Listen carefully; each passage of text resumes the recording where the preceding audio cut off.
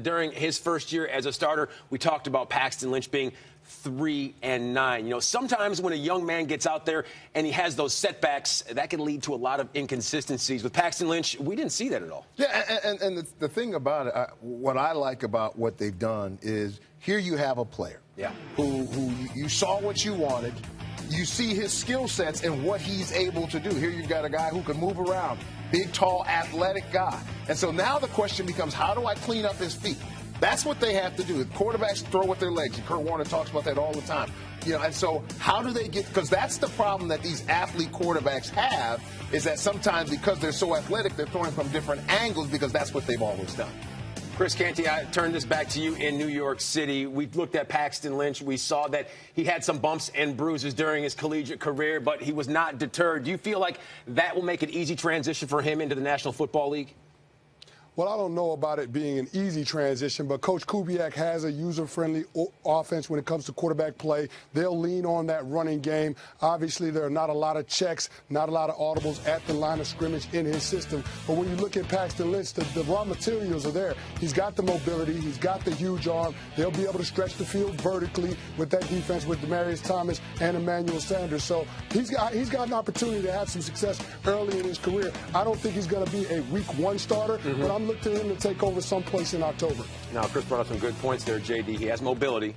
He has the big arm, which draws... Perfect for Gary Kubiak. Absolutely, yes. And draws some similarities. There's Joe Flacco. There's Brock Osweiler. There's also a big guy named Ryan Mallett, though you don't want him to fall into the Ryan Mallett category, but which one does he fall into? A Joe Flacco or maybe a Brock Osweiler scenario? I think he's probably creating his own because I think he's still a little bit more athletic than the other guys are from what I can see. And so he's somewhere along that path because what Kubes is going to do, he's going to put his quarterback on the move. It's going to be about the running game. It's going to be about play action. And so you want a guy, and normally think about it, you don't usually have 6'6" or taller guys that you have and so that are moving around. But they love his athletic ability. And like I said, and I have to trust John Elway that he kind of knows what he's looking for in a quarterback, and that was a guy that they had their eyes on. Yeah, and they have C.J. Anderson there, too. Yes. So, I mean, that will definitely help. I mean, if anything, you have that sort of as a security blanket, too. And when you say John Elway, I mean, John Elway is not going to over-evaluate guys and maybe pay them more than they're worth. And you saw what he did with Peyton Manning took a pay cut. I mean, you saw he didn't want Colin Kaepernick for a certain amount of money. I mean, he likes Paxton Lynch, and I think that's a good sign. And the key part of it, what I appreciate about it, and I'll say this same thing to what the Jets are doing. I think the same thing what they did in Houston. In other words, they saw guys that they weren't sure was the guy.